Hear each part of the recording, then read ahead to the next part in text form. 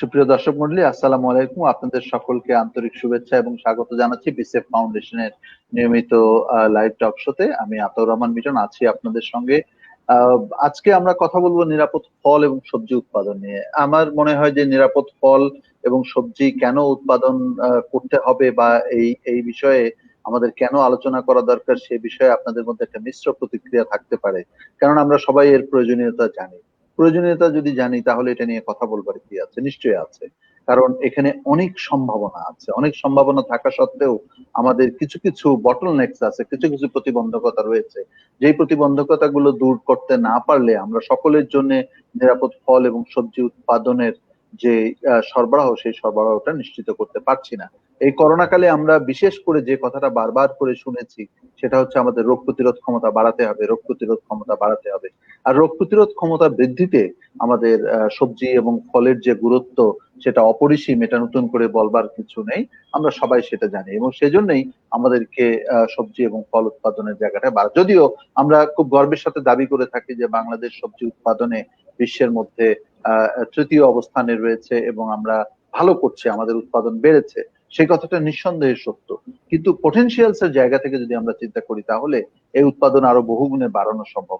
আর নিরাপদতার প্রসঙ্গটি সবচাইতে গুরুত্বপূর্ণ। আমরা যা উৎপাদন করছি তা যদি নিরাপদ না হয়, আমার আমার ভোক্তারা যদি আমাদের সবজি কিনতে গিয়ে বা আমাদের ফল কিনতে গিয়ে তাদেরকে যদি সারাক্ষণ মাথায় এটা রাখতে হয়, কি খাচ্ছি, এর মধ্যে কোনো রাসায়নিক দূষণ নাই তো, এর মধ্যে কোনো ক্ষতিকর কেমিক্যাল নাই তো, এই ধরনের প্রশ্নগুলো যদি বারবার করে মাথার মধ্যে আসে, তাহলে সেটা খুবই চিন্তার বিষয়। আমরা চাই আমাদের দেশের সকল ফল, সকল সবজি আমরা নিশ্চিন্ত নির্ভরতায় গ্রহণ করতে পারবো। আমাদের মাথার মধ্যে এই প্রশ্নটা আসবেই না যে আমাদের এই ফল নিয়ে কোনো সংশয় থাকতে পারে। এটা আমাদের মাথার মধ্যে আসবে না। আমরা নিশ্চিন্তে যাতে খেতে পারি, তার জন্য কি করণীয় সেটা আজকে আমাদের বিশেষজ্ঞদের কাছে আমরা শুনবো। আমাদের সঙ্গে আজকে আলোচনায় যুক্ত আছেন শেরেবাংলা কৃষি বিশ্ববিদ্যালয়ের অধ্যাপক ডক্টর জামাল উদ্দিন, AFM জামাল উদ্দিন। তিনি আমাদের সঙ্গে আছেন, আপনারা সবাই তাকে জানেন। তিনি এই সেক্টরের একজন গুরুত্বপূর্ণ গবেষক। এছাড়াও আমাদের সঙ্গে যুক্ত আছেন কৃষি বিজ্ঞানী আয়ুব হোসেন খান। আয়ুব হোসেন খানও তার কর্মজীবনের বড় সময়টাই, প্রায় পুরো সময়টাই তিনি কাটিয়েছেন হর্টিকালচার সেক্টরে। সুতরাং এই কৃষি বিজ্ঞানীকেও আজকে আমাদের সঙ্গে পেয়েছি, তিনি কথা বলবেন। এবং এই দুজন অতিথিকে নিয়ে আলোচনাটি সঞ্চালনা করবেন মাটি ও মানুষের সাথে লেগে থাকা আমাদের প্রিয় অধ্যাপক রেজাউল করিম সিদ্দিক। রেজাউল করিম সিদ্দিকের সঙ্গে তিনি সঞ্চালনা করবেন, এবং আমাদের সঙ্গে প্রতিদিনের মতো আহ যুক্ত আছেন, যিনি যুক্ত না থাকলে আমাদের এই আয়োজনে আমরা প্রাণ পেতাম না। তিনি হচ্ছেন আমাদের প্রিয় সভাপতি, কৃষি বিজ্ঞানী ডক্টর মোহাম্মদ জয়নুল আবেদিন। স্যারকেও আমি স্বাগত জানাচ্ছি।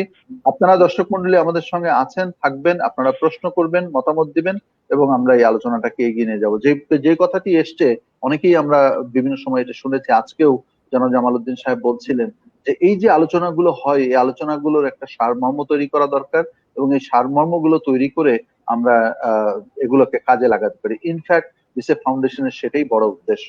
As a policy advocacy platform আমরা কিন্তু সেই কাজটি করবার চেষ্টা করছি। আমরা কয়েকভাবে এটা করছি। একটি হচ্ছে যে আমরা সরকারের কাছে বা সংশ্লিষ্ট মহলগুলোতে এর সারমর্মগুলো বা সুপারিশগুলো বিভিন্ন ইস্যুতে আমরা আগেও পাঠিয়েছি, আগামীতেও আমরা পাঠাবো। আমরা গ্যাপের উপরে দিয়েছি, আমরা এই যে পণ্য সরবরাহ নিশ্চিত করার সময়, সেই সময় আমরা আমাদের সুপারিশগুলো দিয়েছি।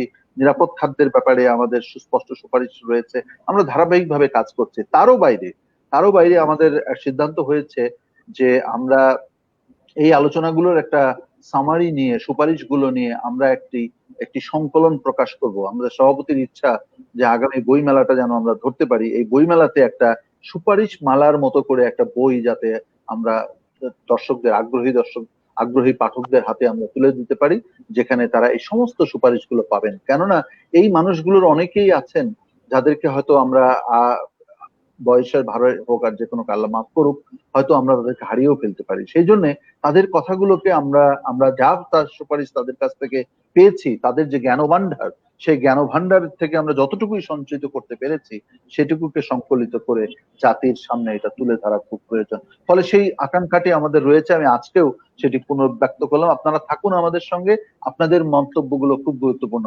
এটা ভাববেন না যে আমরা দর্শকরা যারা মন্তব্য দেই বা কমেন্ট করি, আমরা বোধহয় তাহলে আর ওই ওই বইয়ে জায়গা পেলাম না, তা কিন্তু নয়। সভাপতি সাহেব সুস্পষ্টভাবে নির্দেশনা দিয়েছেন যে যে সকল কমেন্টস গুলো, মূল্যবান কমেন্টস গুলো আমরা পাচ্ছি, সেগুলোও কিন্তু আমাদের ওই বইয়ের মধ্যে ওই সুপারিশের সাথে যুক্ত থাকবে। সুতরাং আপনাদের কমেন্টস আমাদের জন্য ভীষণ মূল্যবান। আপনারা কমেন্টস করতে থাকুন এবং আপনারা আমাদের সাথেই থাকুন। আমি রেজাউল করিম সিদ্দিকীকে অনুরোধ করছি আলোচনাটি শুরু করার জন্য। ধন্যবাদ। ধন্যবাদ আতাউর রহমান মিটন সূচনা বক্তব্যের জন্য। আর আমাদের সাথে আজকে যারা যুক্ত আছেন তাদের দুজনেই আমার ব্যক্তিগতভাবে খুবই ঘনিষ্ঠ বন্ধু, এবং আমরা বিভিন্ন সময় বিভিন্ন কার্যক্রমের সাথে একসাথে কাজ করেছি। ডক্টর FM জামাল উদ্দিন, তার সাথে অনেকগুলো কাজ হয়েছে।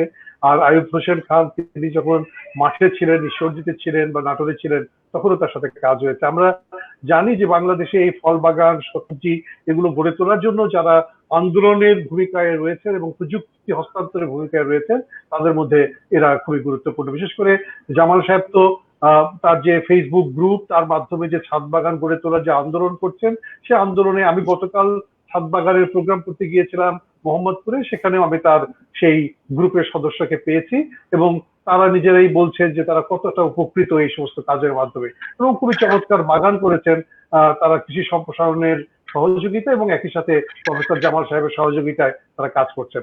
আমরা আজকে এই বেসিক্যালি এই সময়টাতে নিরাপদ ফল এবং সবজি উৎপাদনের যে টপিকটা নির্বাচন করেছে, তার পেছনে কিন্তু একটি উদ্দেশ্য আছে।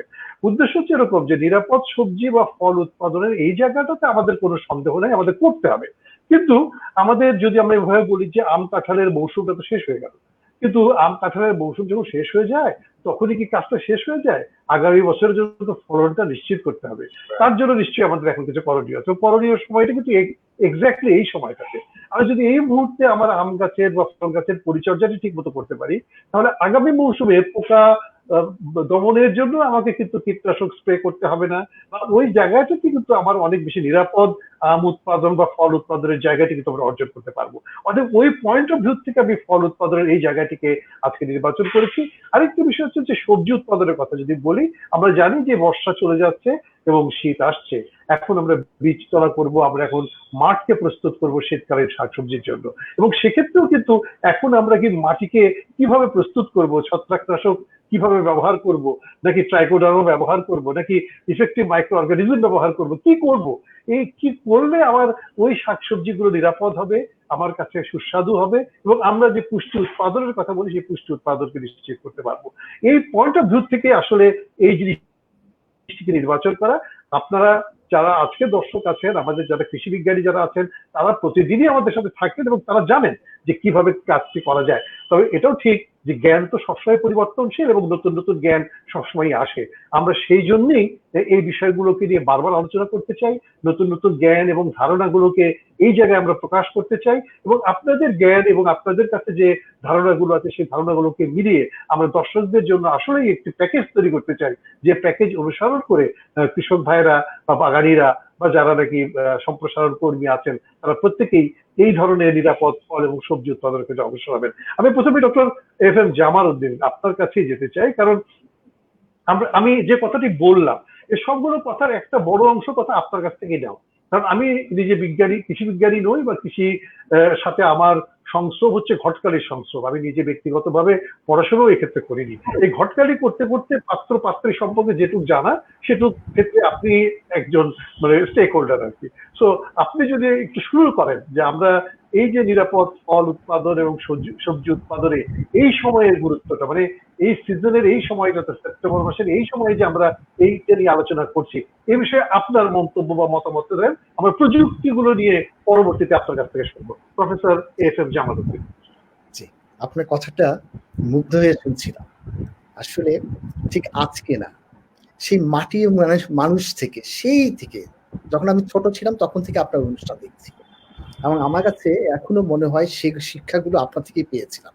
আপনি বললেন না যে আপনি শুধুমাত্র কাজগুলো করছেন, আসলে না, আপনি শুরুটা করে দিয়েছেন। এগ্রিকালচার এখন কিন্তু অনেক মডার্ন সায়েন্সে পরিণত হয়েছে আপনার হাত ধরে। যাই হোক, নিরাপদ ফল ও সবজি, এখানে আমি একটু অ্যাড করে দিই, নিরাপদ পরিবেশটাও কিন্তু খুব ইম্পর্টেন্ট।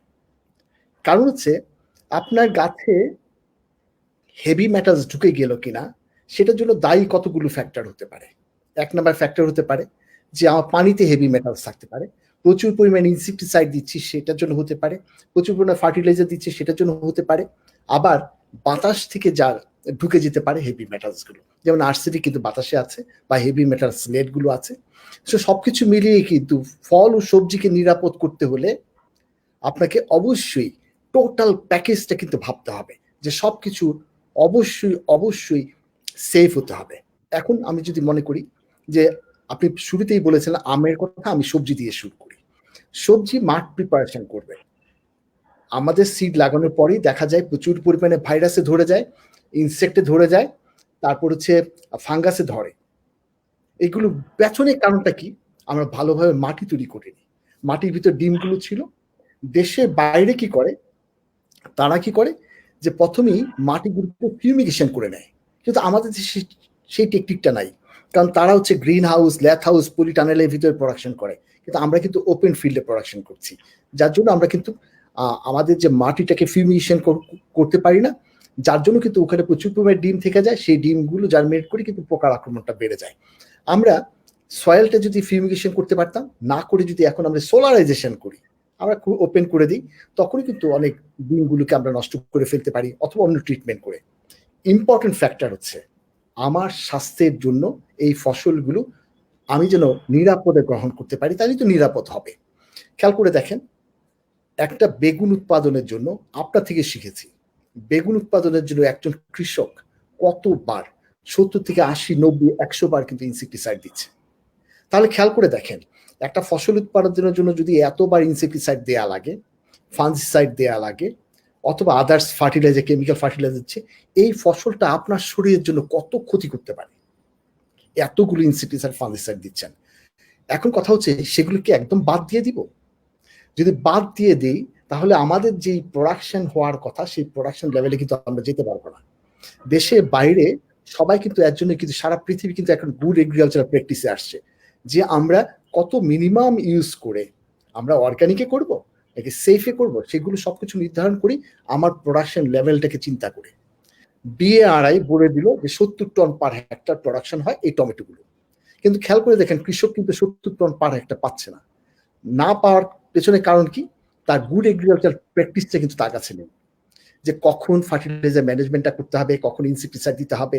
আমি একটা গল্প বলি, গল্পটা হচ্ছে এইরকম, যে পোকা যখন গাছে আক্রমণ করলো, ডিম পারলো, তখন আপনি যদি হাত দিয়ে আপনি একটা বাগানে ঢুকলে দেখলেন পাতাগুলো কিছু অংশ সাদা সাদা হয়ে আছে, নিচে পাতাটা উল্টিয়ে দেখেন এখানে পোকার ডিমগুলো আছে।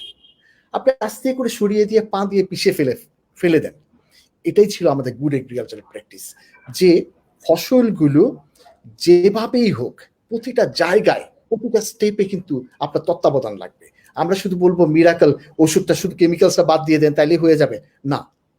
সব প্রোডাকশনে কিন্তু অনেকগুলো স্টেজ আছে, একদম হার্ভেস্টিং, একদম আপনার টেবিলে চলে যাওয়ার জন্য, মুখে যাওয়ার সময় কিন্তু টোটাল জায়গাটা কিন্তু বিভিন্ন স্টেজগুলো পার করে। এই প্রত্যেকটা স্টেজে আপনাদের যদি খুব কেয়ারফুলি যদি আমরা এই ইনফ্লুয়েন্স করতে পারি, আমরা যদি ম্যানেজমেন্ট করতে পারি, তাহলে কিন্তু ওই যে কৃষক 30 টন না করে 70 টন পার হেক্টর প্রোডাকশন কিন্তু টমেটো পাবে। তো আমি শুধু এই জায়গাটাতে জোর দিতে চাই যে কৃষকদের ট্রেনিং এর কোনো বিকল্প নাই, তাদেরকে ট্রেন্ড আপ করে তুলতে হবে। আমি প্রায় সময় বলি যে আপনারা যদি অর্গানিক চিন্তা করেন, সেফ চিন্তা করেন, আগে কৃষকদেরকে হয় শিক্ষিত করেন, নাহলে শিক্ষিত মানুষদেরকে আপনি ওখানে কৃষিতে নিয়ে আসেন। শিক্ষা ছাড়া, কারণ হচ্ছে কৃষক কিন্তু বুঝতে পারছে না, কৃষক মনে হচ্ছে আমি ইনসেক্টিসাইড দিচ্ছি, কই ফসল তো নষ্ট হচ্ছে না। সো এই জায়গাতে শিক্ষিত মানুষ যখন ইনভলভ হয়ে যাবে, তখন কিন্তু এক একটা মডার্ন টেকনোলজি অ্যাডপশন করবে। অনেক টেকনোলজি কিন্তু পৃথিবীতে আছে। আমরা প্রথম IPM বলেছিলাম, IPM এর যুগ চলে গেল, এখন আমরা গুড এগ্রিকালচার প্র্যাকটিস বলছি। আমরা কিন্তু তাও বলছি রাজশাহীতে আম করব নাকি আমার এলাকায়, এই এলাকায় ঢাকায় আম করব, যেই এলাকা নির্বাচনটাও কিন্তু গুড এগ্রিকালচার প্র্যাকটিসের ভিতরে পড়ে। সয়েল ম্যানেজমেন্ট গুড এগ্রিকালচার প্র্যাকটিসের ভিতরে পড়ে। ইনসেক্টিসাইড, ফাঞ্জিসাইড কি পরিমাণে দিচ্ছি, সেটা কখন পর্যন্ত দিয়েছি। আমি একটা ট্রেনিং করতে গিয়েছিলাম হচ্ছে থাইল্যান্ডে, গিয়ে দেখলাম প্রচুর পরিমাণে আমি ইনসেক্টিসাইড দিচ্ছে।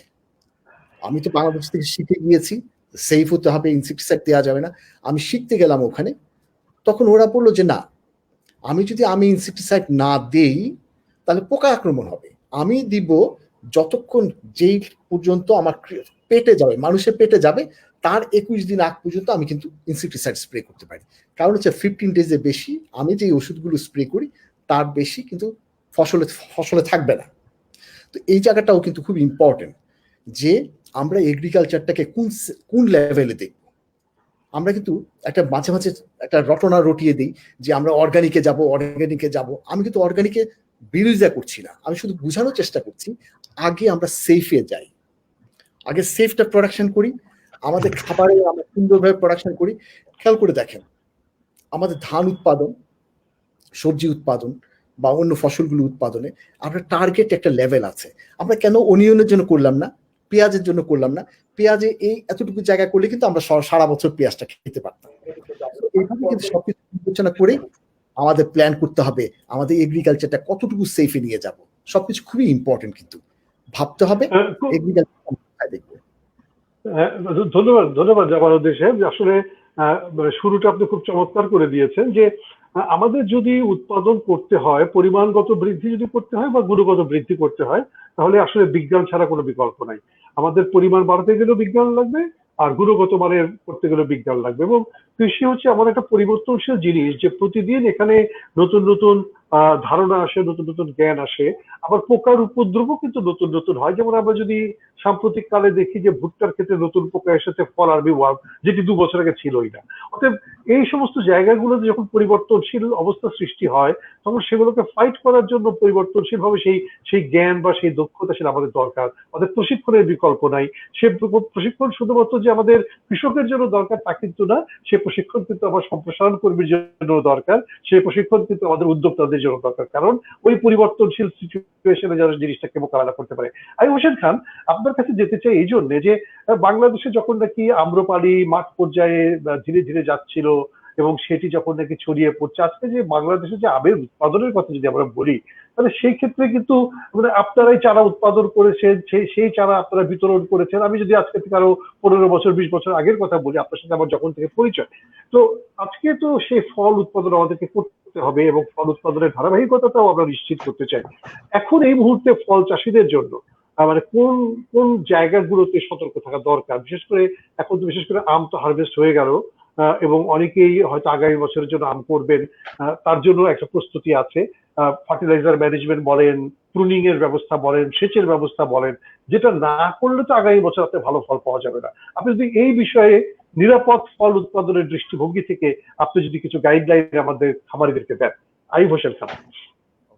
ধন্যবাদ জনাব রেজাউল করিম।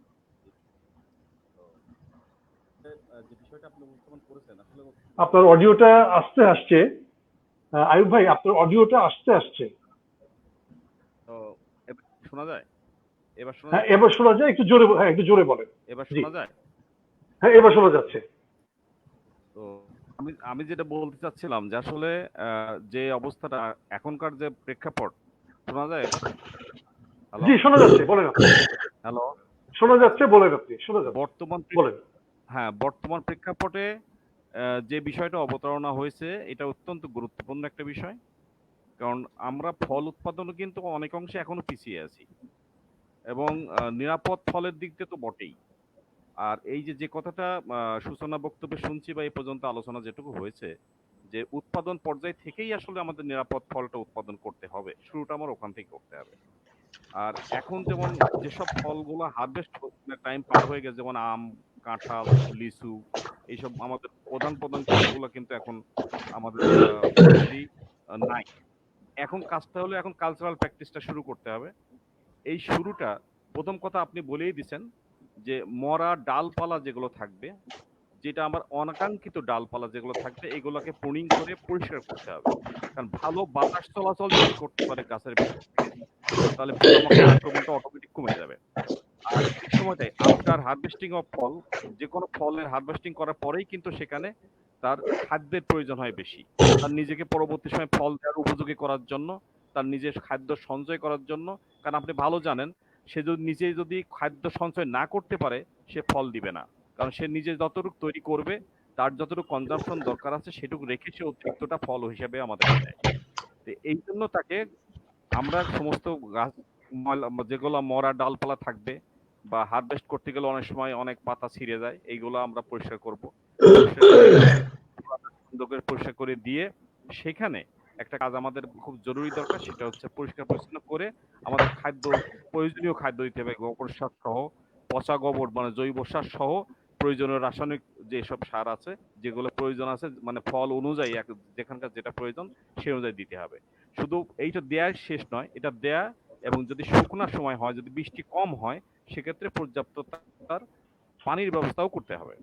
আর আরেকটা বিষয় হচ্ছে তাকে যে আহ, আমাকে যে মানে শুধুমাত্র যে ফল হলেই তাকে মানে আমরা রোগ পোকামাকড় দমন করবো তা নয়, এমনি গাছেও কিছু কিছু নতুন যখন পাতা হয়, নতুন যখন কুশি বেরোয়, তখন কিন্তু অনেক পোকামাকড় আক্রমণ হয়, বিশেষ করে বিটিল গ্রুপের পোকা বা অনেক সময় এই ধরনের উইভেল আসে যেগুলো আমাদের গাছের পাতাগুলো কেটে দেয়। এই যে এই বিষয়গুলো আমাদের লক্ষ্য রাখার দরকার আছে। আপনি যে কথা বললেন যে অ্যাকচুয়ালি বর্তমানে যে আমের প্রোডাকশন যেটা হয়েছে, এই টোটাল প্রোডাকশনের একটা বড় সিংহভাগ প্রোডাকশন কিন্তু আম্রপালি থেকে আসছে। এবং আপনি খুব ভালো জানেন যে আমরা চাঁপাইনবাবগঞ্জ গুলো বলি যে আমের রাজধানী এবং সবচেয়ে বেশি আম প্রোডাকশনের এরিয়া ওটা। এরিয়া অফকোর্স ঠিক আছে, কিন্তু টোটাল প্রোডাকশনে কিন্তু এখন চাঁপাইনবাবগঞ্জ নয়, এখন কিন্তু নওগাঁ জেলায় দা মানে ফার্স্ট পজিশনে এখন আমের প্রোডাকশনের সাইডে। কি কারণে? কারণ নওগাঁতে কিন্তু সবচেয়ে বেশি আম্রপালি বাগান হয়েছে এবং প্রতি বছর প্রচুর বাগান হচ্ছে এই আম্রপালির কারণে। যেহেতু ছোট গাছ, ম্যানেজমেন্ট করতে সুবিধা এবং সেই জন্য প্রয়োজনীয় সার এবং উপকরণ যদি আমরা সময় মতো দিই, সেখানে ভালো রেজাল্ট আসছে এবং যে কারণে আজকে আমরা ভালো একটা পজিশনে যাচ্ছি। আমরা ফলের কিন্তু উৎপাদনের অবস্থা অনেকটা আমরা আশাকেন্দ্র অবস্থায় আছি। বিশেষ করে আমের ক্ষেত্রে বেশ ভালো একটা অবস্থানে গিয়েছি। ইদানিংকালে আপনার সারা বছরই হচ্ছে আপনার পেয়ারা, তারপরে পেঁপে আমরা সারা বছরই করছি, সামনে কুল আসছে। সবগুলো গাছের জন্য একই জিনিস, আমাদের কিন্তু ম্যানেজমেন্ট প্র্যাকটিসটা অত্যন্ত জরুরি এবং ভালো ফল পেতে হলে, নিরাপদ ফল পেতে হলে যে কথাটা জামাল সাহেব বলতেছিলেন যে আমরা ওষুধ দিব, সিলেক্টিভ ওষুধ, গণহারে যে কোনো ওষুধ দেওয়া যাবে না। বিশেষ করে যেসব ওষুধগুলো আমরা শর্ট ডিউরেশন তার রেসিডুয়াল ইফেক্ট থাকে, সেই ওষুধগুলো আমরা দিব। বাজারে এখন কিন্তু অনেক মানে এখনকার কিন্তু নতুন নতুন ওষুধ বাজারে আসছে, যেসব ওষুধগুলো কিন্তু আপনার সাইড ইফেক্ট অনেকাংশে কম। এবং দেখবেন যে ওষুধের নর্মালি তিনটা ক্যাটাগরি থাকে, একটা রেড মার্কিং, একটা হলুদ মার্কিং, একটা আছে সবুজ মার্কিং, গ্রিন মার্কিং যেটা। এখন কিন্তু বাজারে অনেক প্রোডাক্ট আছে গ্রিন মার্কিং, যেটা আমাদের জন্য খুবই মানে ভালো, মানে পরিবেশ পাশাপাশি আমাদের স্বাস্থ্যের জন্য অনেক মানে সেফ এই প্রোডাক্টটা। সবুজ মার্কিং ওষুধ কিন্তু অ্যাভেলেবল পাওয়া যাচ্ছে এবং এটা কিন্তু আমাদের টার্গেটেড যেসব পোকা তা দমন করার জন্য যথেষ্ট। যে কথাটা বলতেছিলেন যে সবজিতেও যেমন প্রতিদিন গুণের ক্ষেত্রে যেমন বলতে 70-80 বার দেওয়া হয়, এটা কিন্তু আমাদের মাইন্ড সেটের প্রশ্ন। কারণ হচ্ছে যে আমরা যদি প্রকৃতপক্ষে জানি যে এটা প্রয়োজন নাই, আমরা শুধুমাত্র সপ্তাহে একদিন ওষুধ দিলেই চলবে এবং ওষুধটা যদি সিলেকশনটা আমরা ঠিক মতো করতে পারি, তাহলেই কিন্তু আমরা এই প্রতিদিন ওষুধ দেওয়ার কোনো প্রয়োজন নেই। আমরা ওই যে কৃষক যিনি দিচ্ছেন তাকে কিন্তু আমরা বুঝাতে পারিনি বা আমরা ব্যর্থ হয়েছি তার কাছে যেতে, এই মেসেজটা দেওয়ার জন্য, বা তাকে বুঝাতে পারিনি বলেই আজকে সে আমাদেরকে এটা দিচ্ছে। দেওয়ার কারণে আমরা কিন্তু মানে এই খারাপ বা এই যে ক্ষতিকর জিনিসটা আমরা পাচ্ছি। ইভেন আপনি ফলের ক্ষেত্রেও আম বাদে যখন এখন অ্যাভেলেবল পেয়ারা কিন্তু মার্কেটে আমরা পাচ্ছি। এই পেয়ারাও কিন্তু অনেকে দেখে যে পলিথিন একটা ব্যাগের ভিতরে করে পেয়ারা বাজারে নিয়ে আসছে এবং এই প্র্যাকটিসটা যদি মাঠ থেকে হতো তাহলে খুবই ভালো হতো। কিন্তু আমরা অনেক জানি যে এটা আসলে মাঠ থেকে হয় না। এটা মাঠ থেকে হারভেস্ট করার পর আফটার হারভেস্টিং তারা এটা ব্যাগিং করে নিয়ে আসে, আমাদেরকে অনেকটা বোকা বানানোর চেষ্টা করে যে বোধহয় আমরা মাঠ থেকেই করেছি। কিন্তু মাঠের থেকে যদি ছোটবেলায় যদি পেয়ারা বাগানটা যদি পলিথিন দিয়ে কাভারিং করা যেত, তাহলে কিন্তু কোনো ওষুধই দেওয়ার প্রয়োজন ছিল না না, কিন্তু এবং কিন্তু আই হোসেন খান, আপনি কথা বলেছেন সত্যি, কিন্তু আমি কিন্তু কোটচাঁদপুরে দেখেছি সেখানে কিন্তু কৃষকের মাঠে তারা কিন্তু খুব ছোট অবস্থাতে পেয়ারাকে ব্যাগিং করে ফেলছেন। তাহলে কিন্তু দুরকমই আছে, যে অনেকে কিন্তু পেয়ারা ব্যাগিং করছেন মানে মাঠেই করছেন, আবার অনেকে হয়তো আপনি যেটা বললেন যে পোস্ট হারভেস্টে ওটাকে জাস্ট আমাদেরকে মানে কি বলবো এটাকে প্রতারিত করতে বা ভুল বুঝাতে ওরকম প্যাকেট করে নিয়ে আসছেন, তাই না?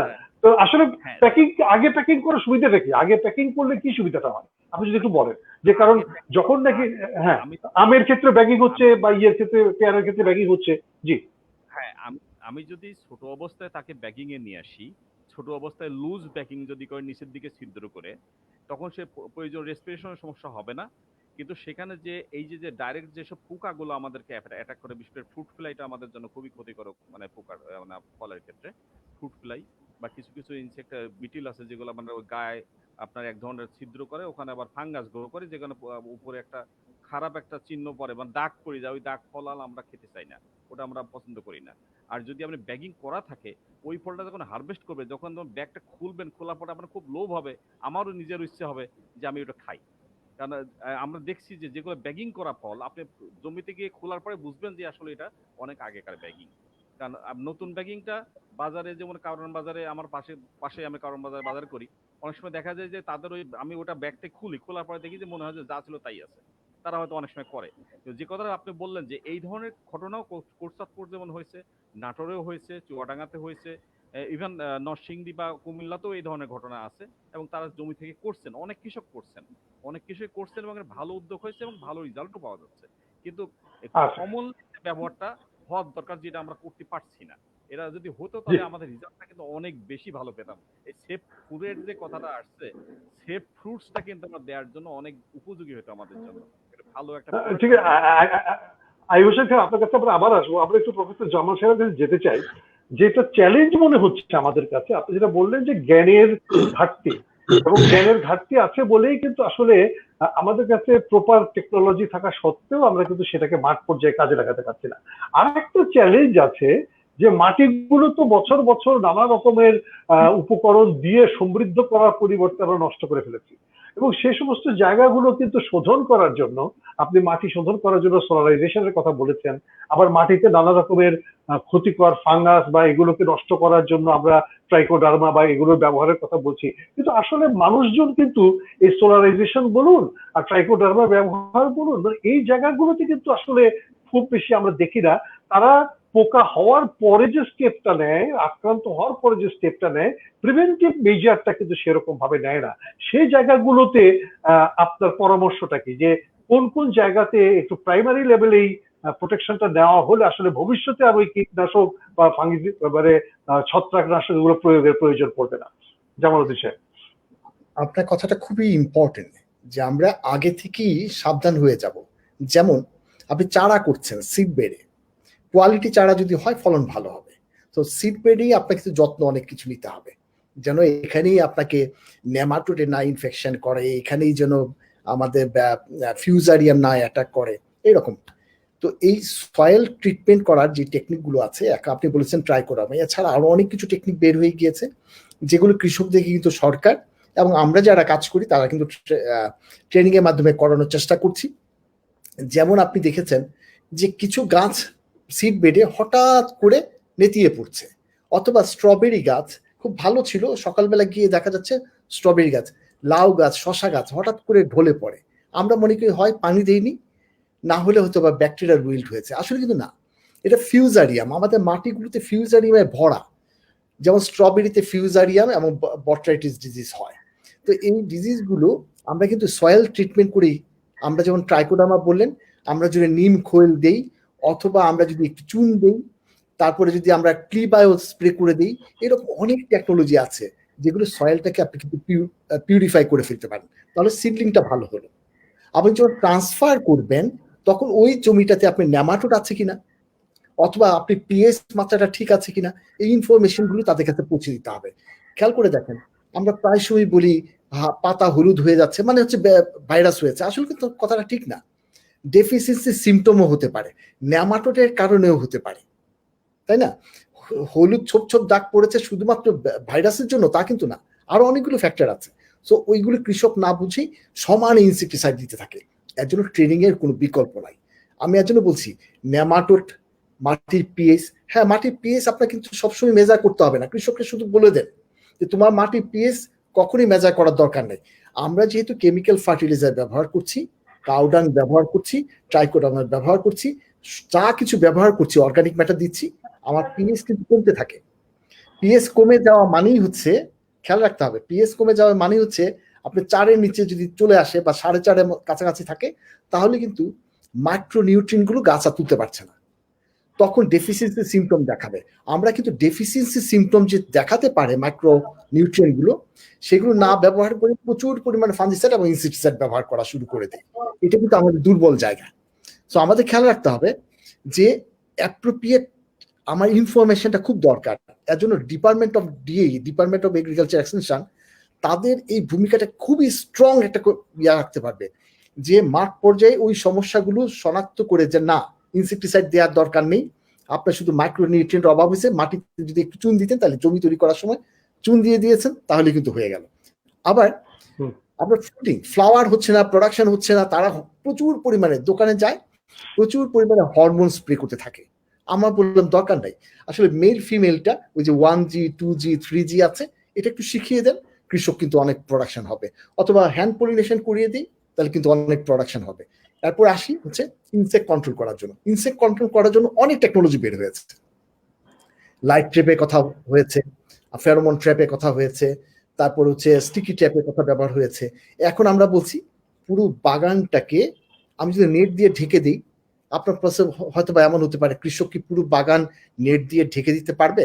হ্যাঁ, ক্যাবেজ করছেন, ছোট এমন করে একটা ছোট নেট দিয়ে আপনি কি ক্যাবেজের রোটাকে পুরোটা ঢেকে দেন, তাহলে দেখা যাবে আপনার ক্যাবেজ কিন্তু 100% অর্গানিক করতে পারবেন শুধুমাত্র এই নেট ব্যবহার করে, আমরা যেটাকে পেস্ট এক্সক্লুশন নেট বলে থাকি। তো এইরকম অনেক টেকনিক আছে সেভ করার জন্য। আমাদের দরকার হচ্ছে, আমি বারবারই বলছি যে কৃষকরা সাধারণত অনেক কিছুই বুঝতে চায় না, কৃষকদেরকে ভালোভাবে ট্রেনিং দিয়ে শিক্ষিত করতে হবে, না হলে শিক্ষিত মানুষরা কৃষিকাজে আসতে হবে। যদি এটা হয় খুবই চমৎকার করে বলেছেন যে আসলে লেখাপড়া যারা লোককে কৃষিকাজ করতে হবে বা কৃষকদেরকে এই বিষয়ে জ্ঞান দিতে হবে। আইয়ুব হোসেন খান দীর্ঘদিন কাজ করেছেন কৃষি সম্প্রসারণ অধিদপ্তরে, আপনার মাঠ পর্যায়ে কাজ করার ব্যাপক অভিজ্ঞতা আছে, আপনি ঈশ্বরদীতে ছিলেন, আপনি নাটোরে ছিলেন, আপনি মানে আপনার কাছে কি মনে হয় যে আমাদের কৃষক ভাইরা এই জ্ঞানগুলো গ্রহণের ক্ষেত্রে তারা কি আসলেই মানে মানে সঠিকভাবে গ্রহণ করছে, বা কিছু নিচ্ছে কিছু নিচ্ছে না? যদিও খুব ভালো ভালো সাকসেসফুল ফার্মার তৈরি হয়েছে আপনার নাটোরে, বা আমরা যদি এভাবে বলি যে মানে ঈশ্বরদীতে পেঁপে বাচ্চা বলি বা অন্যদের কথা বলি, যারা কিন্তু আসলে কৃষি সম্প্রসারণ অধিদপ্তরের সহযোগিতা নিয়ে কিন্তু তৈরি হয়েছে, কিন্তু সবাই তো করছে না।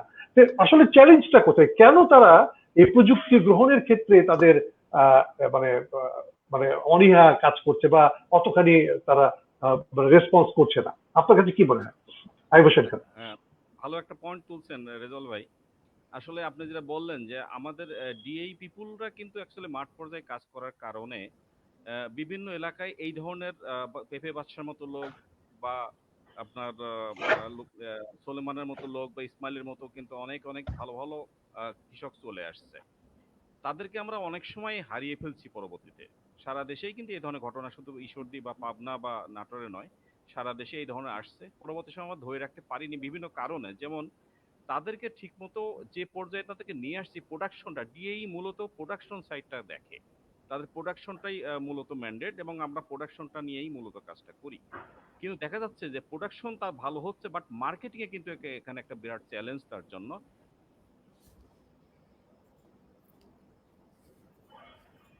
জি, সরাসরি তেমন একটা বছর সে হয়তো ভালো একটা ফল পেলো, পাওয়ার পরে মার্কেটে সে দিল, দেওয়ার পরে দামটা হয়তো কোনো রকম পেয়েছে, নেক্সট ইয়ারে গিয়ে কিন্তু সে যদি মার খেয়ে যায়, তার পুঁজি লস হয়ে যায়, সেক্ষেত্রে কোনো সাপোর্ট দেওয়ার মতো বা তার কোনো ইন্স্যুরেন্সের কোনো ব্যবস্থা নাই, তার কিন্তু কোনো ব্যাকআপ দেওয়ার কোনো সুযোগ থাকে না।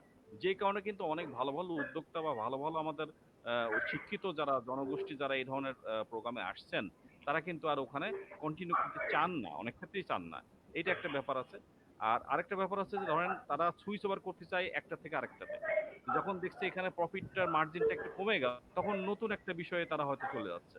যেমন আজকে ওই এলাকাতে প্রচুর আপনার পেয়ারা বাগান হয়েছে, একসময় কলা বাগান হতো প্রচুর, পেয়ারা বাগান কুল বাগান প্রচুর হয়েছে, হওয়ার পিছনে কিন্তু কারণ তো কিছু পয়সা পাওয়ার জন্য, কিছু লাভ পাওয়ার জন্য। সে লাভটা আমার বেশি দিন দিতে পারছি কিনা তার সাথে ডিপেন্ড করতেছে ও কতটুকু তাকে আমরা ধরে রাখতে পারছি। আমি পাশাপাশি রেজাল ভাই, আমি একটা কথা একটু বলতে চাচ্ছিলাম যে আমাদের কিছু প্রশ্ন আসছে কয়েকটা, আমি যদি আপনি বলেন তাহলে আমি একটু উত্তর দিতে চাচ্ছিলাম। বলেন বলেন। আচ্ছা, যেমন বলেন বলেন নিশ্চয়ই। সাইফুল আলম খান কয়েকটা প্রশ্ন করছেন, বেশ কয়েকটা ভালো ভালো প্রশ্ন করছেন উনি। যে উনি যেমন একটা বলছেন যে লিচুর ফল আসার লিচুর ফল নিশ্চিত করার জন্য কি করা যায়। লিচু শুধু নয়, আমি উনি উনি ভালো জানেন, উনি ডিএই চাকরি করেন, এবং উনি খুব ভালো জানেন যে আসলে যে কোনো ফল গাছেরই তার ফুল আসা বা ফল দেওয়ার জন্য তার পর্যাপ্ত নিউট্রিশনের সাফিসিয়েন্ট নিউট্রিশন থাকতে হয়। এবং লিচু যে প্রতি বছর ফল আসবে তার জন্য আফটার হারভেস্টিং তাকে পর্যাপ্ত পরিচর্যা করতে হবে, তার মরা ডালপালা পরিষ্কার করতে হবে, তাকে পর্যাপ্ত খাবার দিতে হবে। যদি আমরা খাবার দিতে পারি, যদি ঠিকমতো পানি দিতে পারি, অবশ্যই ফুল ফল আসবে, সবই আসবে। আরেকটা জিনিস আপনি বলছেন যে আমরা যে কার্বাইড যেটা ব্যবহার হয় অনেক ক্ষেত্রে ফল পাকানোর ক্ষেত্রে, অ্যাকচুয়ালি কার্বাইড ব্যবহারটা কিছু লোক করে, এটা সবাই করে না কমনলি। এটা আসলে মানে কিছু কিছু ব্যবসায়ীরা হয়তো করে, কৃষকরা কোনোদিন এই কার্বাইড ব্যবহার প্র্যাকটিক্যালি করে এমন আমার জানা নেই। প্র্যাকটিক্যালি কিন্তু কৃষকরা এটা করবেন না, কৃষকরা ভালো ফলটাই দিবেন। কিন্তু কিছু কিছু অসাধু ব্যবসায়ী আছেন, তারা হয়তো বা একটু ইম্যাচিউর ফলটা হারভেস্ট করবে, হারভেস্ট করে তারা হয়তো বেশি দাম পাওয়ার জন্য হয়তো কেমিক্যালি তারা ব্যবহার করে। তবে সব ফলের ক্ষেত্রে আমি মনে করি না যে এটা খুব বেশি একটা ক্ষতিকারক হবে। তার কারণ হচ্ছে যে এই ফলগুলো যখনই কোনো গ্যাস কোনো ইথিলিন বা এই জাতীয় কিছু দিয়ে পাকানো হচ্ছে, এটা কিন্তু একটা পরে থাকে না, না থাকলে কিন্তু আমাদের শরীরের জন্য খুব একটা ইফেক্ট করছে না। আবার একটা ব্যাপার আছে ভেজিটেবল নিয়ে, আমি একটু কথা বলতে যাচ্ছিলাম এখানে, যে ভেজিটেবলের নিয়ে অনেক সময় অনেকে আমাকে প্রশ্ন করে, অনেকে বা আপনারাও বলেন অনেক সময়, আলোচনায় আমি শুনেছি যে ভেজিটেবল আমরা সেফ ভেজিটেবলের প্রশ্ন আসে। সেফ ভেজিটেবলের ব্যাপারে আমার একটা কথা আছে, যেহেতু আমরা বাই নেচার বাঙালিরা কিন্তু আমরা অনেক বেশি কুকিং করি, রান্নাটা বেশি করে খাই। এই রান্না বেশি করে খাওয়ার কারণেই কিন্তু আমাদের ওই যে কীটনাশক যেগুলা অতিরিক্ত ব্যবহার করা হচ্ছে বা ডিউ টাইমের পরেও ব্যবহার হচ্ছে, এইগুলো কিন্তু সরাসরি আমাদের ইফেক্টটা করে না অনেক ক্ষেত্রে। শুধুমাত্র আমরা কতগুলো জায়গায় এইটা নিয়ে আমরা সমস্যার সম্মুখীন হয়েছিলাম। যেমন আমি চাকরি জীবনের শেষের দিকে প্রায় 7-8 বছর চাকরি করছি এক্সপোর্ট ইম্পোর্ট কাজের সাথে, কোয়ারেন্টাইন ডিপার্টমেন্টের সাথে কাজ করেছি। সেখানে দেখা যাচ্ছে বিদেশে এক্সপোর্ট করতে গেলে সেখানে আমাদের বেশ কিছু সমস্যার সম্মুখীন হতে হয়েছে, বিশেষ করে এই যে কিছু পোকার ব্যাপারটা। যেমন আমরা একটা কমন ধারণা যে আমরা সেফ ফুড বলতেই হয়তো পোকামাকড় বাদে আমরা বলি, বা কোনো রোগ পোকা থাকা যাবে না। অনেকে বলে যে এক্সপোর্ট প্রোডাক্টে পোকা থাকা যাবে না, পোকা যে কোনো ভাবে পোকা যেন না হয়। ব্যাপারটা তা না। পোকা আমরা যে কোনো ভাবে মারবো না, আমরা সেফলি মারবো। আমরা যেটা আমাদের মানে যেটা আমাদের পারমিট করে, গ্যাপ পারমিট করে বা আমাদের আইপিএম পারমিট করে, সেই ধরনের প্রসেসগুলো আমরা ব্যবহার করব, যাতে ওই প্রোডাক্টটা আমাদের সেফ হয়। আমাদের প্রোডাক্টটা আমাদের হিউম্যান বডির জন্য অবশ্যই সেফ হয়, সেই জিনিসটাই করব। অ্যাকচুয়ালি আমাদের ফল বলি সবজি বলি, যে বিষয়টাই আমি চিন্তা করি না কেন, সবগুলো বিষয়ের সাথেই কিন্তু একটা জিনিস জড়িত, সেটা হচ্ছে আমাদের প্রত্যেকেরই নিজস্ব প্রয়োজনের প্লে করি। দেখেন সবজির ক্ষেত্রে মাত্র আমরা এই মৌসুমে, যেমন আপনি ভালো জানেন যে টোটাল সারা বছরে কিন্তু যে পরিমাণ সবজি উৎপাদন বাংলাদেশে হচ্ছে, আমাদের চাহিদার সাথে কিন্তু মোটামুটি স্যাটিসফাইড করে। কারণ আমরা সারা দেশে এভারেজ গত বছরে আমাদের সবজি উৎপাদন হচ্ছে 1,80,00,000 মেট্রিক টনের মতো। 1,80,00,000 মেট্রিক টন মানে যদি এভারেজ করি আমি পার হেড, তাহলে প্রায় 300 গ্রাম 295 গ্রামের মতো পার হেড কিন্তু আমরা সবজি উৎপাদন করতে পেরেছি পার ডে। বাট অ্যাভেলেবিলিটি কতটুকু হচ্ছে? আমরা সামারে উৎপাদন করছি হচ্ছে মাত্র 30%, উইন্টারে মাত্র আমরা উইন্টারে 70% সবজি উৎপাদন করছি। প্র্যাকটিক্যালি আমরা কিন্তু বড় একটা সময় কিন্তু সবজির ঘাটতিতে থাকছি। আমরা এই সময় সবজি অনেক বেশি হচ্ছে, যে কারণে ওয়েস্টেজ আমাদের বেশি হচ্ছে, এবং এই ওয়েস্টেজ বেশি হওয়ার কারণেই কিন্তু আমরা মানে সবজি ঘাটতিটা আমাদের থেকে যাচ্ছে। এই আমরা কিন্তু উৎপাদন করেও কিন্তু আমরা ভালো দাম পাচ্ছি না।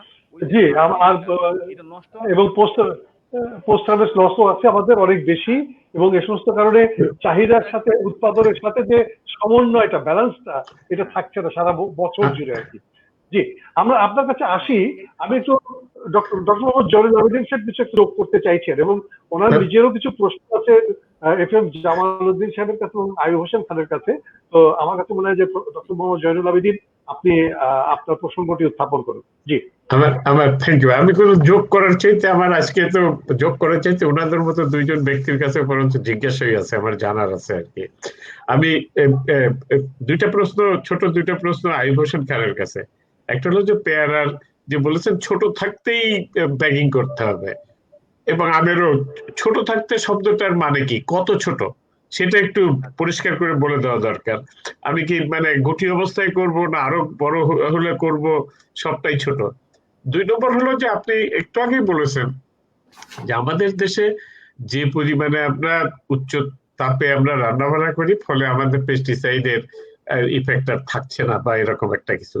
তা এটাই যদি হয়ে থাকে, তাহলে আজকে আমরা যত কথাবার্তা বলছি যে নিরাপদ খাদ্যের জন্য, তার জন্য গ্যাপ তৈরি হচ্ছে, তার জন্য বাংলাদেশ ফুড সেফটি অথরিটি তৈরি হয়েছে, নিরাপদ খাদ্য আইন তৈরি হয়েছে, এগুলোর কোনো দরকার আছে কিনা? তাহলে এটা একটু ক্লিয়ারিফাই করুন। তারপরে এই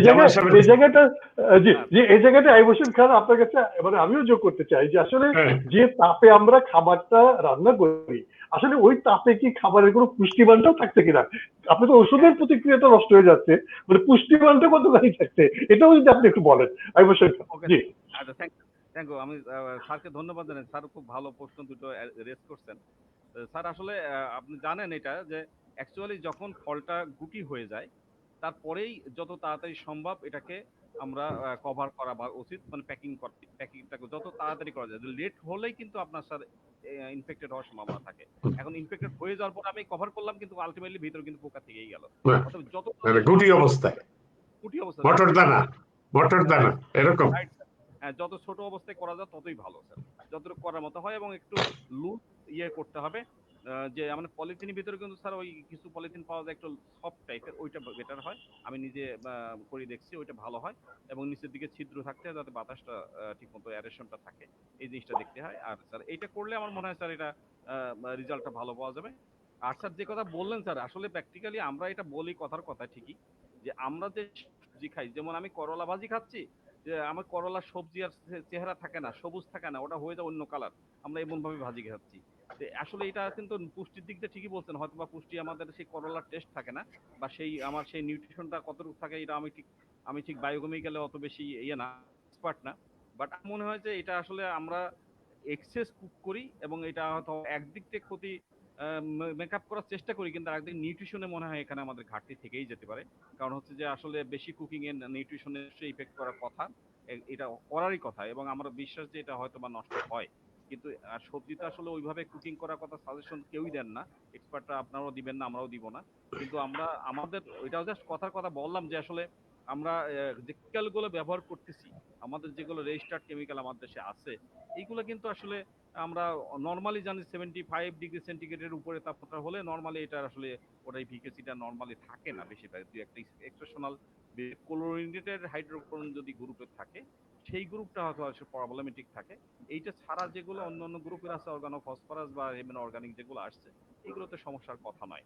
আমার মনে হয় যে এইটা আমরা করতে পারি। তবে নিউট্রিশন পয়েন্ট অফ ভিউতে অবশ্যই এটা আমাদের সেফ ফুডেরও দরকার আছে, সেফ ফুড অথরিটিও অনেক কাজ করছে, তাদেরও প্রয়োজন আছে, এবং আমাদের পাবলিক অ্যাওয়ারনেস এবং সব ধরনের লোকের, বিশেষ করে ভোক্তা, ট্রেডার, উৎপাদক, এভরিবডি প্রত্যেকেরই কিন্তু এখানে একটা ভূমিকা আছে। সবারই একটা আপনার জনসচেতনতা, যদি আমরা এক কথাই বলি, এইটার কোনো বিকল্প নেই। কারণ আমরা যতক্ষণ না বুঝবো যে এইটার আমার ভালো কোনটা, আমার নিজের ভালো, আমরা একটা যোদ্ধা বলে নিজের ভালো আমাদের বুঝতে হবে সবার আগে। আমার নিজের প্রয়োজনে আমাকে যদি বুঝি, তাহলে আমার মনে হয় যে আমি সবাইকে বোঝাতে পারলে তারা কিন্তু অবশ্যই এটা মেনটেন করবে। আমরা এমনও দেখেছি অনেক কথাই বলে গল্পে, যে এইটা ভাই পোকাগুলো রাখছেন কারণ এটা আমার নিজের বাড়ি খাবার, এটা আমি নিয়ে যাচ্ছি বাজারে যাওয়ার জন্য, এই ধরনের একটা কথার কথা বলে। কিন্তু বাস্তবে কিন্তু যদি কৃষক বোঝে যে এই সবজিতে আমার ক্ষতি হবে, তাহলে হয়তো উনি হয়তো করতে চাইবেন না। এই জিনিসটাও একটা ব্যাপার আছে। তা আমার বিশ্বাস যে স্যার আমরা যদি সবাইকে বোঝাতে পারি, এই বোঝানোটা এখানে বড় ফ্যাক্টর আছে। আমি আরেকটা কথা বলি সরি রেজা, আমি একটু এই একই প্রশ্নটা আসলে জামাল সাহেবকেও করব, যে জামাল মানে এই শেষের প্রশ্নটার জবাবটা একটু আপনার কাছ থেকেও চাই, কিন্তু তার সঙ্গে একটু যোগ করতে চাই যে আপনি যেগুলা কথা প্রথম দিকে বলেছেন, যে আমাদের পেস্টিসাইড ইত্যাদি এগুলোর জন্য, বিশেষ করে হার্বিসাইডের কথা, কিন্তু যে হেভি মেটালের, পার্টিকুলারলি যে ফুড চেইনে হেভি মেটালের কথা বলেছেন, কিন্তু ওখানে হার্বিসাইডও যথেষ্ট পরিমাণে আসলে হেভি মেটালের উৎস। এটাও আমাদের খেয়াল করা দরকার, যে এটা শুধু ফুল সব ফল এবং শাকসবজিতেই আসছে না, ওটা আমাদের মাছেতেও যেতে পারে, ওটা আমাদের অন্যান্য খাবারে চলে যেতে পারে। তো যাই হোক, এটা এই আলোচনা আপনি একটু এই প্রশ্নটা আমাদের একটু গুরুত্বপূর্ণ, আমি এই জন্য আপনার কাছ থেকে একটু শুনতে চাই। আমি একটু আমি তার জামাল সাহেব, আপনি যদি তাদের প্রশ্নের উত্তরটা দিয়ে দেন, তারপরে আপনার কাছে আমি আরেকটা প্রশ্ন নিয়ে আসবো। তখনই আমরা সেফ বলবো, রান্না করার পরে থাকলো বা থাকলো না এটা আমাদের সেফ না। আমাদের প্রোডাকশনটা আমাদের টেবিলে কিনে নিয়ে আসা পর্যন্ত আমাদের যদি এটা ফ্রেশ থাকে, টেস্ট করে দেখা গেল হেভি মেটালস নেই, কেমিক্যালস আমাদের লেভেলটা কম আছে, এইগুলো টেস্ট করে আমাদের বলতে হবে। আচ্ছা, তারপরেও জয়নুল আবেদিন স্যার কত বছর ধরে সেফ ফুড চিৎকার করতেন, তারপরও কেন আমরা পাচ্ছি না, এটা একটা গল্প বলি। খেয়াল করে দেখেন, স্যার এবং আমরা সবাই চিৎকার করছি সেফ করার জন্য, কিন্তু কৃষকের বাড়ির পাশে যে দোকানটা আছে সে দোকানে বসে থেকে সে বলতেছে যে এই ওষুধটা নিয়ে যাও, তুমি বিক্রি করে ফসলটা বিক্রি করে এই ওষুধের দাম দিয়ে দিও। দেখেন কত বন্ধু ওরা, যার জন্য হচ্ছে ওই বন্ধুর কথাগুলি সবসময় বিশ্বাস করে। যাও পোকা হয়েছে দিয়ে দাও, স্প্রে করে দাও। এই জায়গাটা ইনফরমেশন অ্যান্ড অ্যাভেলেবিলিটি খুব ইম্পর্টেন্ট। আমরা যে চিৎকার করছি তার কাছে এটা পৌঁছছে না, পৌঁছলেও তার কাছে যৌক্তিক মনে হচ্ছে না, তার জন্য সে কিন্তু এটা দিয়ে দিচ্ছে। এবং দোকানদার বলছে তোমার এখন পয়সার দরকার নাই, পয়সাটা তুমি বিক্রি করে দিও। দেখেন কত ট্রাস্টেবল। সো এই জায়গাটাই কিন্তু আমরা হেরে যাচ্ছি, ডিপার্টমেন্ট অফ এগ্রিকালচার এক্সটেনশন হেরে যাচ্ছে, বা জয়নুল আবেদিন স্যার হেরে গিয়েছেন। সেই জায়গাটাই আমি বলছি যে ডেমনস্ট্রেশন খুব দরকার, এখন বড় বড় ডেমনস্ট্রেশন দিতে হবে যে আমরা কন্ট্রোল, টেম্পারেচার কন্ট্রোল না, এটা প্রটেক্টিভ কাল্টিভেশনে আগে দিতে হবে। প্রটেক্টিভ কাল্টিভেশন করে যখন দেখানো হবে যে আরে প্রটেক্টিভ কাল্টিভেশন করলে আমার ওষুধ দেওয়া লাগছে না, আমার ফসলের প্রোডাক্টিভিটি বেড়ে যাচ্ছে, তখনই কিন্তু কৃষক গ্রহণ করবে। আমরা যতই না করি না কেন, স্যার এখান থেকে কত রকমের প্রোগ্রাম করেছেন, কিন্তু কই আমরা কৃষকরা কিন্তু স্যারের উপর বিশ্বাস না করে ওই দোকানদারের উপরে বিশ্বাস করলাম। সেটা ইম্পর্টেন্ট একটা ফ্যাক্টর। আর এটা হচ্ছে রান্না করলে খেয়াল করে দেখেন, আমি গ্যারান্টি দিয়ে বলতে পারছি কোনো কেমিক্যালস হয়তো বা কমে যাবে, ফসলের নিউট্রিয়েন্ট কমে যাবে, বাট হেভি মেটালস একটু রান্নাতে কমবে না। আপনার কিডনিকে ড্যামেজ করবেই, আপনার শরীর খারাপ হবে হেভি মেটালস যদি ঢুকে যায়। এবং হেভি মেটালস যদি ঢুকে যায় শরীরে, তাহলে বুঝতেই পারছেন যেগুলো হসপিটালগুলোতে আমরা যারা দেখছি তারা কিন্তু এটার ইফেক্ট বহন করছে। সো সেফ ফুডের কোনো বিকল্প নাই, যেভাবেই হোক সেফ ফুডে যেতে হবে। কেমন করে যে যাবো সেটার টেকনোলজি আমরা বিভিন্ন রকমের আলোচনা করে বের করব, কিন্তু অল্টারনেট কোনো ওয়ে নাই। আমরা সেভাবেই করব যে প্রটেক্টিভ কাল্টিভেশনে অ্যাডাপ্ট করা যায় কিনা, অর্গানিকের সেফ ফুডের প্রোডাকশন করা যায় কিনা, অথবা বিভিন্ন রকমের টেকনোলজি নিয়ে আসা, যে এইটা কৃষকের কাছে হাতে পৌঁছায় দেয়া, যে তুমি এইভাবে যদি স্ট্রবেরি প্রোডাকশন করো তাহলে তোমার স্ট্রবেরি লাল হবে, সুন্দর হবে, এবং এটা 100% সেফ হবে, বাজার মূল্য নিশ্চিত হবে। বাজার মূল্য যদি নিশ্চয়তা না দিতে পারেন, বাজার মূল্য যদি বেগুনে বলেন, স্ট্রবেরি বলেন, ড্রাগন ফ্রুটে বলেন, বাজার মূল্য যদি নিশ্চিত না করতে পারেন, তাহলে আপনার কথা সে শুনবে না কৃষক। আমি এই জায়গাটাতেই ডক্টর জামাল উদ্দিন সাহেব আপনাকে জিজ্ঞেস করতে চাই, এই যে আপনি যে কথাটা বললেন যে বাজার মূল্য দিতে হবে, হ্যাঁ, অ্যাকচুয়াল ব্যাপারটা হচ্ছে যে যেটা ডিএই নিজেরাও বলে যে আমরা যতই প্রোডাকশনের কথা বলি, আমরা খুব ভালো করে বলি যে আমাদের পেঁপে বাচ্চা 1 কোটি টাকার পেঁপে উৎপাদন করেছে, আরে বাবা পেঁপে বাচ্চা 1 কোটি টাকার পেঁপে উৎপাদন করেছে। আমি যখন দেখি মানে ওই যে আমাদের বয়েজ স্কুলের প্রোগ্রাম করতে গেলাম, 1,20,00,000 টাকার ফুল বিক্রি করেছে, আচ্ছা বিশাল ব্যাপার, 1,20,00,000 টাকার ফুল বিক্রি করেছে। আমাদের আরেকজন কৃষক আছে ড্রাগন ফ্রুট করে নাটোরে, উনি কত টাকা, উনি 1 কোটি টাকার ড্রাগন ফ্রুট বিক্রি করেছে। আচ্ছা খুবই চমৎকার, মানে কথা বলতে কিন্তু খুব ভালো বলা যায়, কিন্তু এটাও কিন্তু রিয়েলিটি, যদি আপনি তাদের ফসলের বা ফলের যদি দাম নিশ্চিত করতে না পারেন, তাহলে তারা কিন্তু এই উৎপাদনের ধারাবাহিকতা বজায় রাখতে পারবে না। বড় খামারিদের নানা রকমের ম্যানেজমেন্ট আছে, কিন্তু ক্ষুদ্র খামারিদের তো সেই ম্যানেজমেন্ট নাই, তাদের তো ফসলটা বিক্রি করেই তাকে প্রফিটেবিলিটি অর্জন করতে হবে। তাহলে নিরাপদ খাদ্য উৎপাদন এবং বাজার মূল্য নিশ্চিত করা, এই দুটোর ভিতরে সমন্বয় করার ক্ষেত্রে আপনার কাছে কোনো টোটকা আছে কিনা, আপনি এই জিনিসটা আমাদেরকে একটু বুঝিয়ে দেন। আমি সহজভাবে, আমি কিন্তু সবসময় আপনি জানেন যে আমি খুব সহজভাবে চিন্তা করি, আমি কৃষক লেভেলের থিঙ্কিং আমার।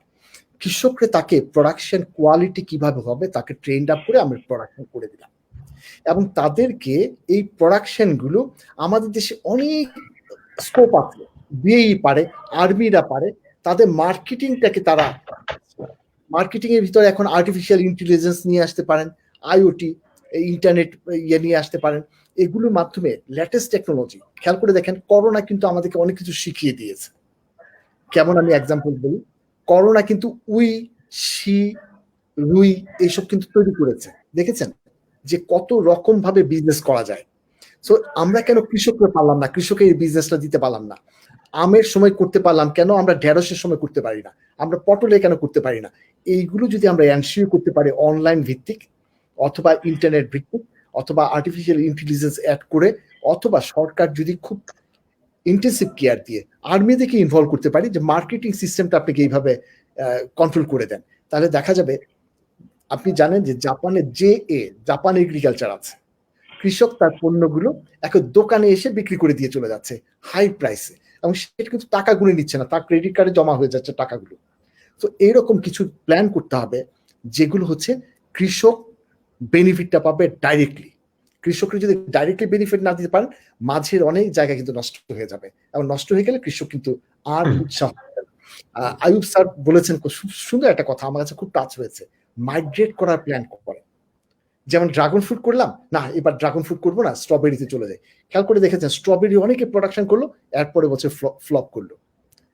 আপনি খেয়াল করে দেখেন এখন পেঁপে বাচ্চা কিন্তু পেঁপে বাচ্চার ভিতরে নাই, অন্য বাচ্চার দিকে হতে যাচ্ছে না, মাইগ্রেট কিন্তু করছেন। কেন হচ্ছে? এরপরে এখানে কিন্তু আর টাকাটা থাকছে না, উনি ক্রিয়েটিভ আরেকটা জিনিস এনে রামবুটান বাচ্চা হয়তো বা হবেন।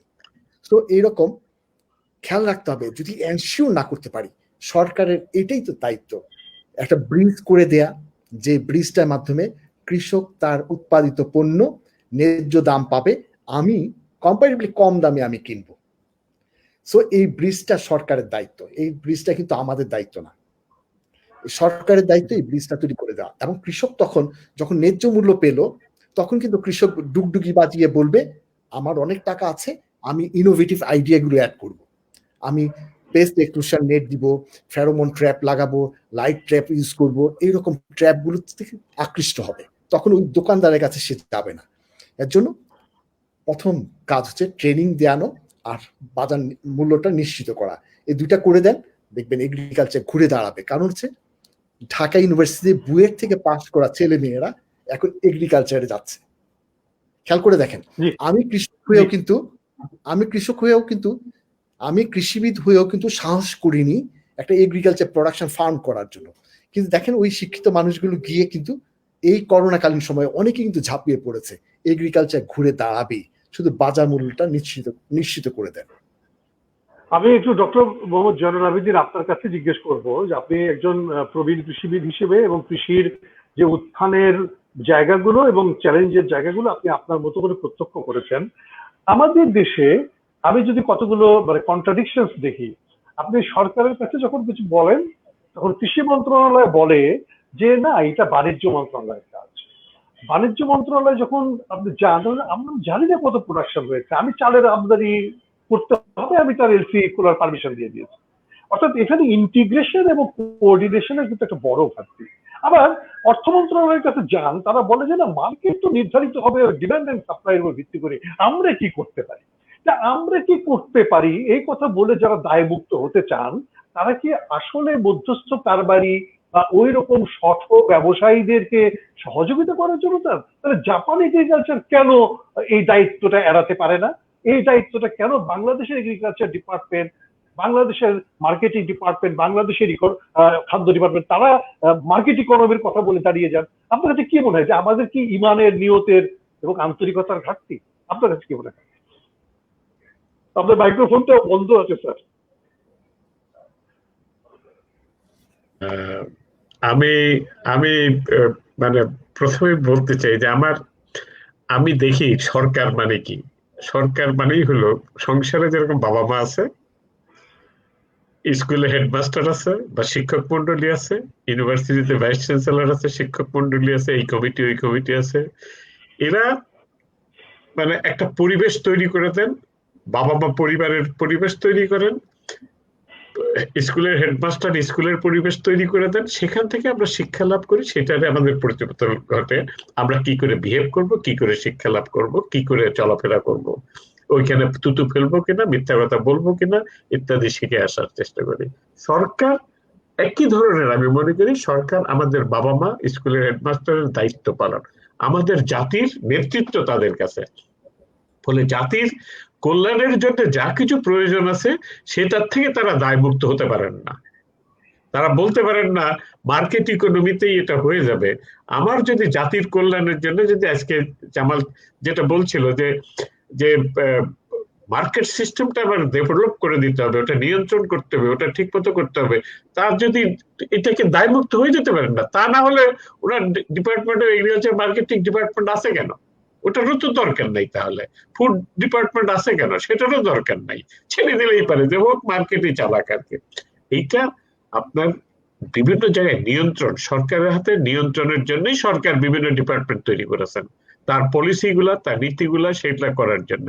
কিন্তু সেটা থেকে দায়মুক্তি নাই তাদের, সেটা করতে হবে। 2 নম্বর হলো যে আপনি যে এইটা যেহেতু মানে আমি বুঝি যে হয়তো বিভিন্ন ডিপার্টমেন্ট থাকতেই পারে, সংসারেও যেরকম রান্না বান্না ইত্যাদির দায়িত্ব মায়ের উপরে, আর হয়তো বাইরের দিকের দায়িত্বটা বাবার উপরে বেশি থাকে, আবার ভাই বোনেরা থাকে, গৃহস্থের সন্তানেরা থাকতেছে আর একটা কাজের জন্য, গরুকে মাঠে নিয়ে যাওয়ার জন্য ইত্যাদির জন্য। এগুলো বিভিন্ন রকম, এক একজন এক এক জায়গায় এক একটা টিমে এক এক ধরনের কাজ করে।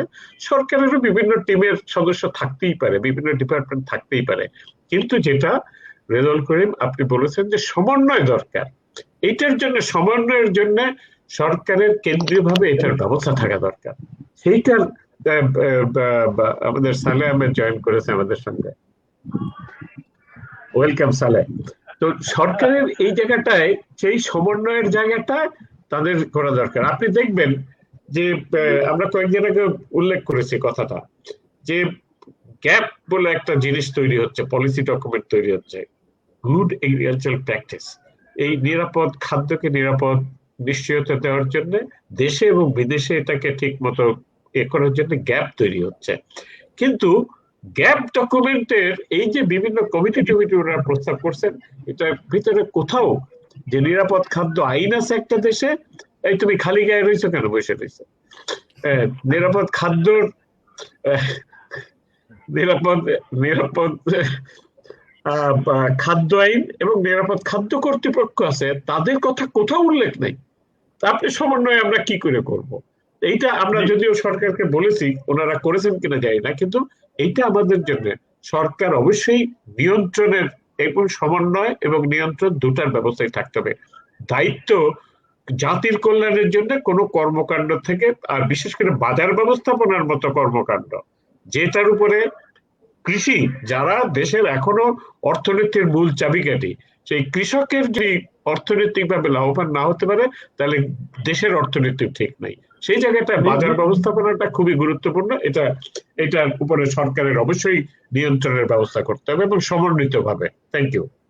এবং নিজের ঘাড়টা পরিবর্তে অন্যের ঘাড়ের উপর দায় চাপানোর কোনো অর্থ নেই। এটা প্রচেষ্টাটা ওইটাই আর কি, এইটা কোনো এটা অর্থ নেই। প্রচেষ্টা। প্রত্যেকের ঘাড়ই আমরা যে আমাদের কারো ঘাড় অন্যের দ্বারা ব্যবহৃত হওয়ার জন্য নয়, আমাদের প্রত্যেকের ঘাড় নিজের কাজের দায়িত্ব পালনের জন্য। আপনি রেজা, আপনি বলেছেন যে আমাদের নীতি নির্ধারকরা অনেক সময় বলে থাকেন মার্কেট ইকোনমি ইত্যাদি, ডিমান্ড সাপ্লাই, নানান কথা, ভালো ভালো কথা বলে থাকেন। আমি এই মুহূর্তে সবার জন্য বলছি, আমি এই মুহূর্তে কানাডা থেকে কথা বলছি।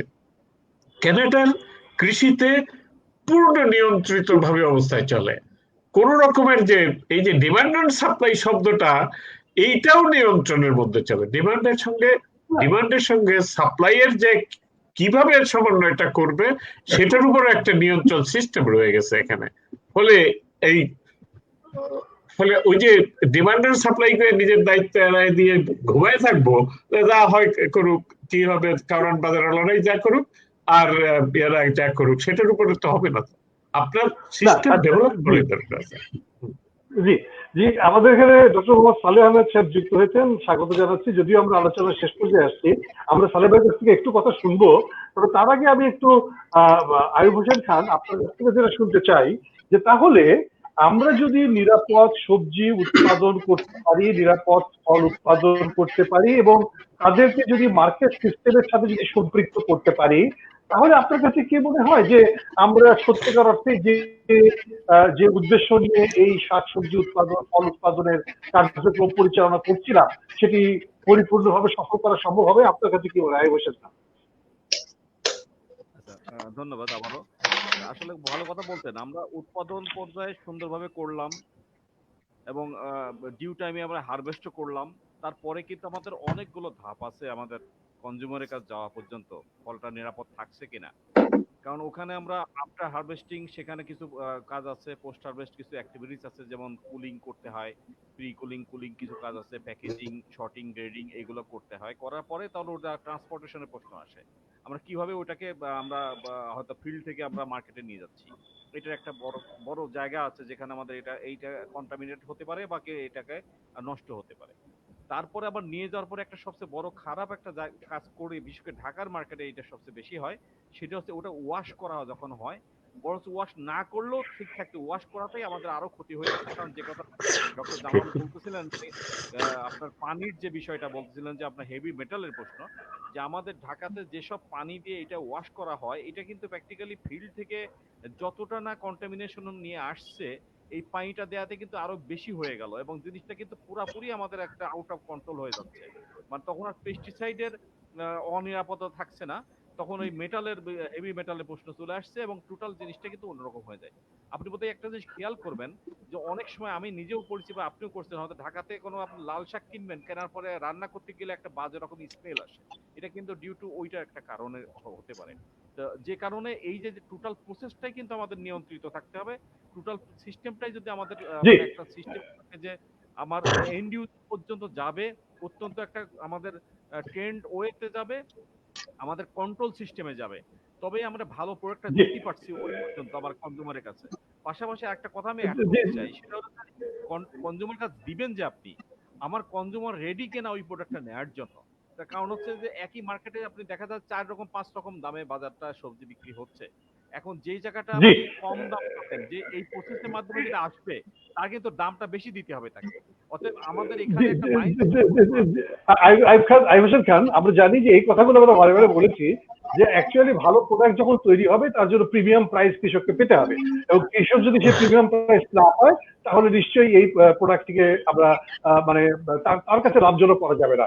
ডক্টর এফ এম জামালউদ্দিন, আপনি তো আমাদের ছাদ বাগানীদেরকে নিয়ে কাজ করছেন, এবং আপনি আমাদের কৃষকদেরকে নিয়ে কাজ করছেন, আপনার ছাত্রছাত্রীদেরকে নিয়ে আপনি কাজ করছেন। আপনি কি মনে করেন যে এই যে আধুনিক প্রযুক্তি যারা অনুসরণ করছে আপনার কাছ থেকে বুদ্ধি নিয়ে, তারা কি সত্যিকার অর্থেই নিরাপদ শাকসবজি বা নিরাপদ ফলমূল উৎপাদনের সেই জায়গাটিতে যেতে পারছে? কারণ আমি কালকে যখন নাকি মোহাম্মদপুরে ওই বাগানের সাথে কথা বলছিলাম, সে বলছিল যে আপনি যদি আমার লাউটা একটু খেয়ে দেখেন তাহলে আপনি বুঝতে পারবেন যে এই লাউয়ের টেস্ট কিরকম, কারণ এইটা সম্পূর্ণ নিরাপদ সিস্টেম অনুসরণ করে হচ্ছে। আপনার কাছে কি মনে হয় যে এই নলেজটা কি তারা আসলে গ্রহণ করে ধারণ করতে পারছে? এবং আপনি তো শিক্ষিত কৃষকের কথা বলছিলেন, সেখানে কি এটি গ্রহণযোগ্যতা পাচ্ছে? আপনার কাছে কি মনে হয়? আমি সংক্ষেপে বলি, ছাদ বাগানীদের যে গল্পটা সেটা কিন্তু সবগুলো শিক্ষিত মানুষকে নিয়ে। তারা কিন্তু অর্থনৈতিক স্বাবলম্বী, তারা কখনোই পয়সার জন্য ছাদে বাগান করে না, তারা বাগানগুলো করে তাদের হবির জন্য এবং তাদের নিজস্ব খাবার খাওয়ার জন্য। আমরা শেরেবাংলা কৃষি বিশ্ববিদ্যালয়ে যে 90 মিনিট স্কুলিংটা করছি, সেখানে কিন্তু একদম আমরা বলেই দিই, যেমন পোকা যেন গাছে না আসে তার জন্য নিম তেল স্প্রে করতে বলে দিই, আমরা যেন পিঁপড়া যেন না আসে দারুচিনি স্প্রে করতে বলি, শামুক ঝিনুক না আসে তার জন্য বলে দিই, যদি মিলিবাগ হয় তাহলে হচ্ছে সাবান পানি স্প্রে করতে বলে দিই, কত লিটার পানিতে কতটুকু সাবান পানি দিবে, কতটুকু নিম তেল দিবে, হাতে নাতে আমরা শিখিয়ে দিচ্ছি। মানে হচ্ছে শিক্ষিত মানুষদেরকে শেখানো খুব সহজ এবং খুব দাম দিয়ে তারা গ্রহণ করে, যার জন্য আপনি একটা 90 মিনিট স্কুলিং এ দেখবেন প্রতিটা মানুষ 200-250 মানুষের প্রশ্ন আসে, তো প্রশ্নগুলো সবগুলো কিন্তু অর্গানিক ওয়েতে। এবং আমরা তখন বলে দিই, আপনি যে লাউটা করলেন, লাউ শাকটা যে তুলে নিবেন, লাউয়ের প্রোডাকশন বাড়বে, লাউটা তুলে রান্না করলে আপনার খাবারটা কিন্তু ফ্রেশ হবে। তো তারা কিন্তু আমাদের সুন্দরভাবে ফলো করে এবং তারা স্যাটিসফাই যে ছাদ বাগান করে, এবং আমাদের টেকনোলজি নিয়ে তারা খুবই স্যাটিসফাই। জি, খুবই ভালো। আমরা আপনার কাছ থেকে কোনো আরো একদিন হয়তো আরেকটু বিস্তারিত শুনবো, বিশেষ করে ছাদ বাগান এবং অন্য দিকে। ডক্টর মোহাম্মদ সালেহ আহমেদ আমাদের সাথে যেহেতু আসছেন, এবং যদিও সময় পার হয়ে গেছে, তারপরেও তার কাছ থেকে উনি একজন বিশিষ্ট উদ্যান তত্ত্ববিদ এবং নিজে ব্যক্তিগতভাবে এগুলো নিয়ে অনেক কাজ করেছেন। আমরা তার কাছ থেকে একটু শুনি। আরে ভাই, আমরা নিরাপদ ফল উৎপাদন করতে চাই, নিরাপদ সবজি উৎপাদন করতে চাই, অনেকক্ষণ আলোচনা হয়েছে।